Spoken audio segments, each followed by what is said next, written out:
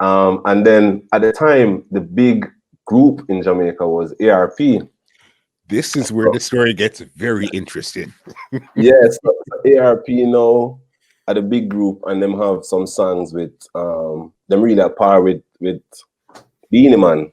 Like Beanie Man, have them on couple records, and then when Biggie died '96, and Faith and Biggie did Every Step I Take, them they do a dance version with ARP and Beanie Man, and so it's them of the crowd, and we never have a problem. We bought them a show and give them glory and say, yo, not like the place. So they actually were the bigger act before T.O.K. Yeah, for sure. I would say they're the first real group of contemporary dancehall. Yeah, we and them was in the barbecue level, I think, but they are a little older than us, I think, and also to me their name was more popular from even the barbecue level.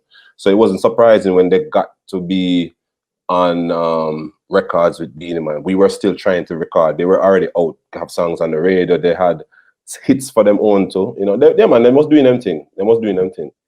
And as I said, we were happy for that because it just meant that the space is there for groups. And there are others that were coming out. I don't know if well, you must know. D Major, the singer nowadays. So D Major came from a group back then also named QT. But there were a whole heap of groups, you know what I mean?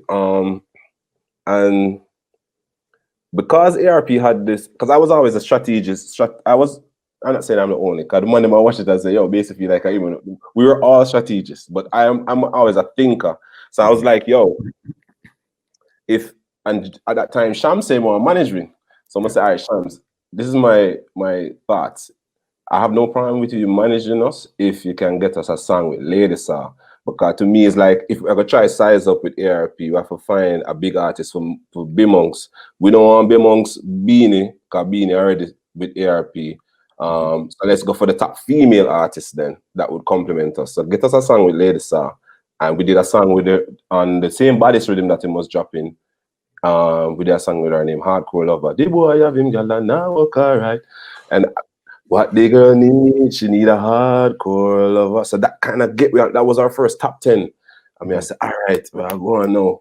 So now, Shams said, yo, I'm ready for management. I said, all right. By this time now, Dave start move close with Shams because Shams have two labels now. So one label is being distributed by Main Street, and the next label, I think it was being distributed by Madhouse or Janet Davidson, them, Dave family, them.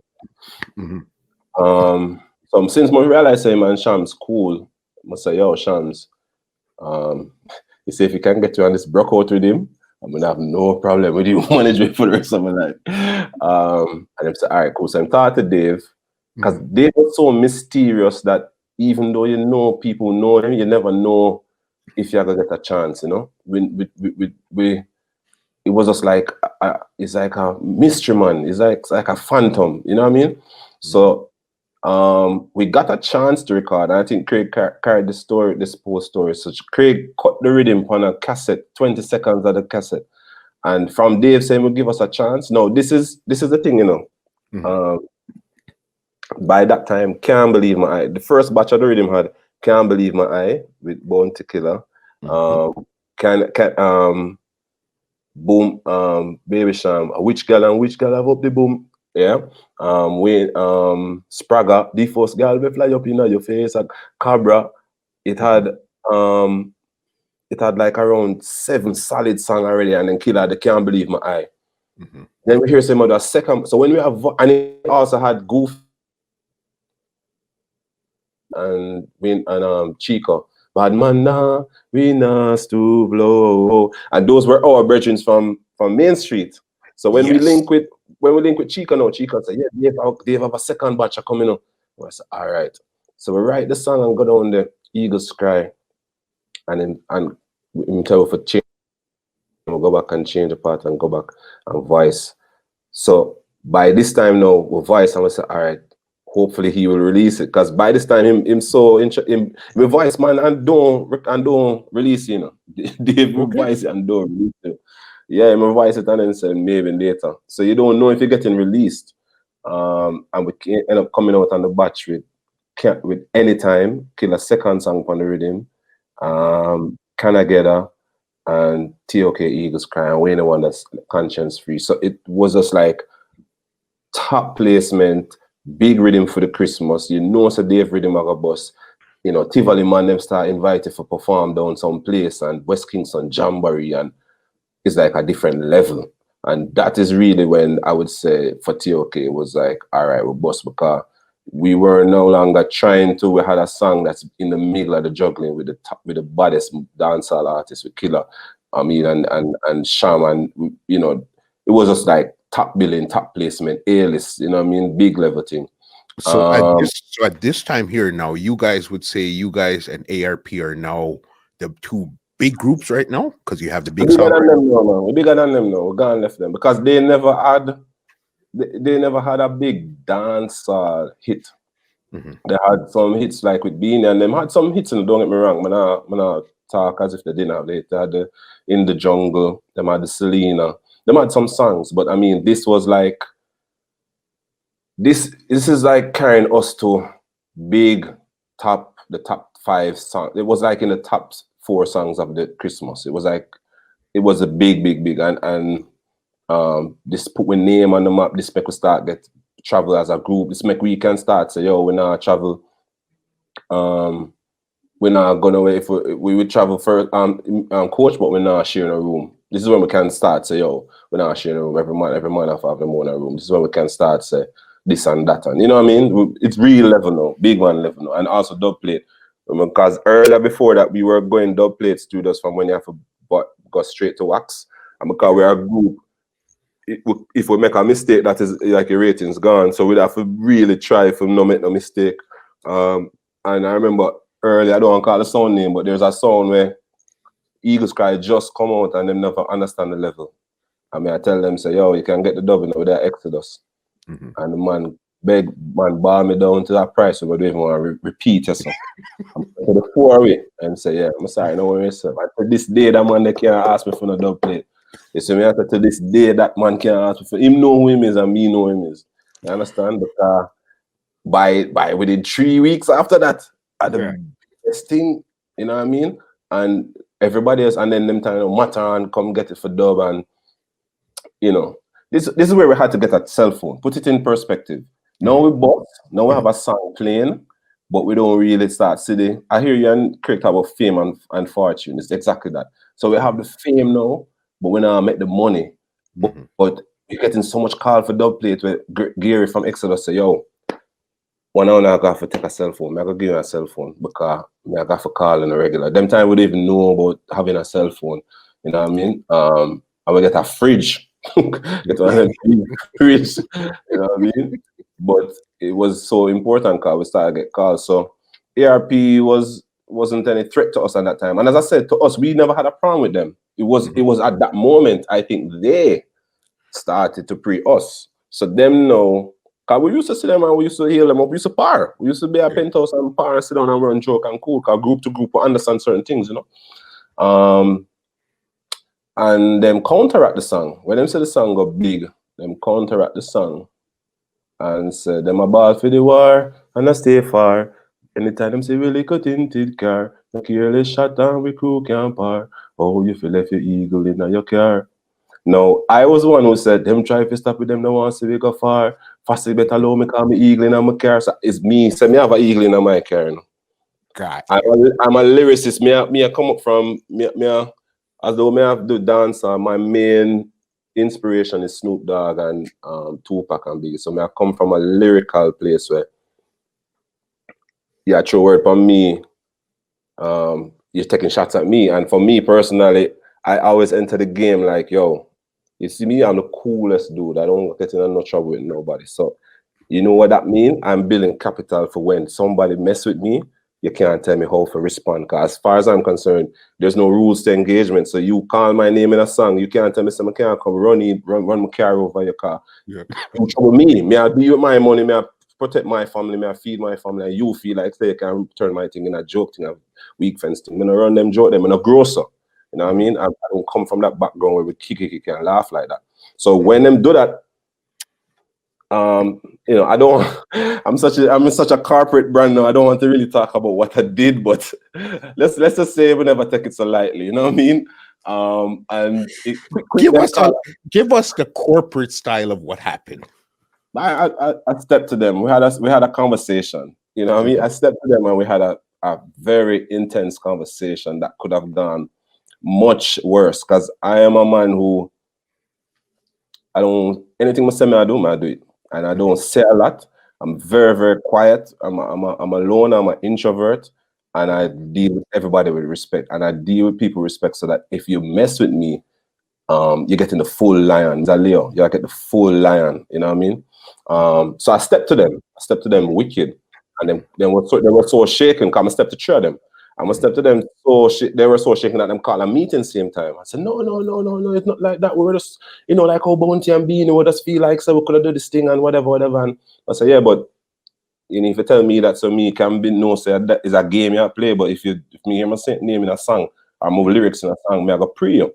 And I said, no, I apologize and whatever. And it was a time when the lead singer Davil, he was just about to go solo. And we were at Penthouse and him say, yo, he might ask if we do the harmony upon him first. One of his, I don't know if it was his first solo record, but he was doing a solo record that day. And I think he had brought ARP to do the harmony. And him say, yo, he might ask we for do the harmony, he ask for an autograph, kind of show, he say, enough love and Riri. I said, all right, cool. Boom. As far as I'm concerned, it's done. This is like 98, 99. It's done. Seen? Boom, out of Waterhouse come this next crazy group, our crew named Ward 21. So Ward 21 come now. Ward 21 a shell the place. Shell the place. We have a rhythm named Badis. Them come with a rhythm named Bada Bada. You understand? So again, I'm a person that think on levels, you know what I mean? So I say, yo, what is, and there's a crew, and then there's a bass voice, Suko, you know, like there's a comparative energy. But at the same time, no man never said nothing to me, so I never have a problem with that man, you know? But our fans were pushing like, yo, which crew bada and Ward 21 or T.O.K and whatever. And I think it was creating like an unsaid tension. And then ARP started go down to Ward 20, started go on to Waterhouse. So it kind of was like, all right, what's really good? But we are all off our spot, Main Street, you know what I mean? We're up uptown and we're Ward 21 around the place. We bought them for the first time at a Champagne album launch for Dirty Cup, the first album, Stage 1. And from we link up in person, it was a joy. It was just them a joker, we love laugh. There was no tension. To the point where we invite them for play a cameo in our first video, Deadly Medley 1. If you watch the Deadly Medley 1 video, you will see Suko and Ward them in the video, right? And actually, him have a little mishap with him chain in the video shoot. It was just a real energy. Real energy were cool. Nobody never, you know what I mean? But of course, people want to see which bass voice bigger and Ray. By this time, we start voice for Tony Kelly, we start voice for other people, start voice for Big Yard, Shaggy them and so forth. And then we'll find this hit monster record with Tony Kelly where I say my crew, my dogs, right? Bass voice, you know, big song. You know, T.O.K, find back a lead now, hold back a space now. You understand? Who did that? Because around 2 years, we're kind of slow. We have voiced some song, but them not hit like a what? They run the place. And then boom, right? Out of nowhere, again, ARP comes out of oblivion and come counteract my song again. And it's your part again? No, I think this was a full group because it was they was saying how the chorus go? I don't remember the chorus, but it was a much more personal record because them was mocking flex voice, mocking the high voice, and them said it was like so basically it was a controversial topic, right? With the whole phobia and everything. So we were trying our best to navigate the whole thing so that we don't get this kind of backlash on our career. And they was trying to counteract us and at the same time calling us out on it for say, boy, we're not street and we're not this and we are back from whatever. And, yo, all I say is, yo, me just tell the man and say, yo, you see, if you diss me one time, I'm gonna make it slide. It's cool. You see, if you diss me again, you definitely take me for an idiot now. You understand? So me, I gotta check you. So that's exactly where my headspace was for a week. I mean, you know, basically drive every studio, I look for the man them. Me personally, just I drive and look for the man them, step to them. And so when I drove into Irie FM, one of the virgins was there, and you know, even though I don't even want to laugh about it because it is. I think it was one of the few times, and definitely the last time, that I allow my emotion to make me fully go animal on somebody. And I don't. I'm not proud of it because one, I know the artists now were cool, and I'm not trying to belittle or diss him in any way. But also two, I felt like in a way he got the better of me because they got under my skin and got me to do something that at the end of the day it kind of backfired upon us because by the time this is Irie FM, by the time we done mash up Irie FM and Craig done. I mean, Craig tell you a story, but me can tell you, when Craig was trying to part it and them hold on to him. And the virgin run go hide in the building. It's like Craig is like a Hulk, you know. So it's like he chipping them head and say, hold on, what does happen a while ago? Me I try part and this man hit me with a saw. And the man said, Davil, come out, no. See, and Davil there laughing like even at the building, and then we just see the man. I swear to you, they have like 4 security I hold him, and the man just start walk with the 4 security. The 4 security I hold him, so, and then put a drag, and Craig just a walk with the whole of them, go straight to the building. Them can't stop him. And them time the Craig was like double the size that he is now. You know, he was a big dude, and him gets so upset. It's a hurricane shatterproof window glass the radio station have. And the man gets so upset, the man slammed the glass. I'm gonna see the whole glass just crack home, just broke down. So yo, we had to carry him to hospital. Then my soldier them here, man, circle the place. I think we were supposed to do a ad for a show with Caperton. So Caperton come now and you know I try school. My music is a mission, not a competition. I say yo, you see me and my mad. I don't want no man tell me nothing about nothing. See, can't you see me as a nice man? I don't want no man tell me nothing. I never got this no man. I never call no man name in a song. A man ramp with me. Why I never talk to them? You understand? So my head was, you know, and it was a long time before I calmed down over it, you know, but I felt also that it was reckless of me because Craig ended up get caught into it when he never wanted to get engaged like that, you know. So it's something that I look back and it's like one of those life lessons. I'm gonna say, yo, I'm not gonna ever make somebody get under my skin like that, even if it's something that it is something that bothers me. I've mastered the art of responding as opposed to reacting. You know what I mean? It's a big difference. So yeah, that is what happened. And then from there, you know, him did get the better of it because he did ER and he did a lot of press and him kind of say, yo, you know, I have a poster of them at my house and you know, of all the people, I am the one. And I'm like, yo, you see what I say? Because me not trouble nobody, but a man trouble me, and because me just roar. Before the turn around make me look bad, and you know, and also I guess for the other members of the group because they must have been worried that it was at Irie FM.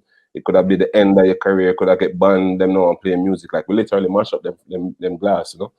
So it was one of them times when we did the hot blooded and head no good, you know what I mean? But was there actually any resolve where you guys said, okay, let's go to a concert together and sing, or was there something where their side knew it was one and you just cooled? No, they had a meeting with us. They came up to the studio like maybe a week afterwards, man. We had a meeting. I don't know if it ever. I mean, I'm not saying them leave and say, oh, cool. They were still upset that I stepped to them, you know. But of course, me upset too. So we did leave it saying, boy, you know, kind of like make peace. We didn't leave it open-ended. And to know, I mean, you know, Mitch, I'm a general same way. And Davil, I'm cool with Davil too, you know. But I guess at the end of the day, at that time, I felt like I was disrespected and I had to do what I had to do. But I've never had a problem with anybody personally. Like more power to everybody and what they're doing, you know. So eventually, with I think over time, it kind of healed where we can see each other, and we can heal each other. And school, I have no bad blood towards him or anything, but I definitely had to do what I had to do at that time. Yeah. I guess that was one of those moments in the whole T.O.K journey where this was like a little blemish on the whole thing that we're doing here, was that fight there. Was there ever any other time where you guys were supposed to clash with an artist or clash with another group or anything like that? No, never. I mean, you have moments when people walk on you and try a thing, but never a planned clash, and definitely not with another group.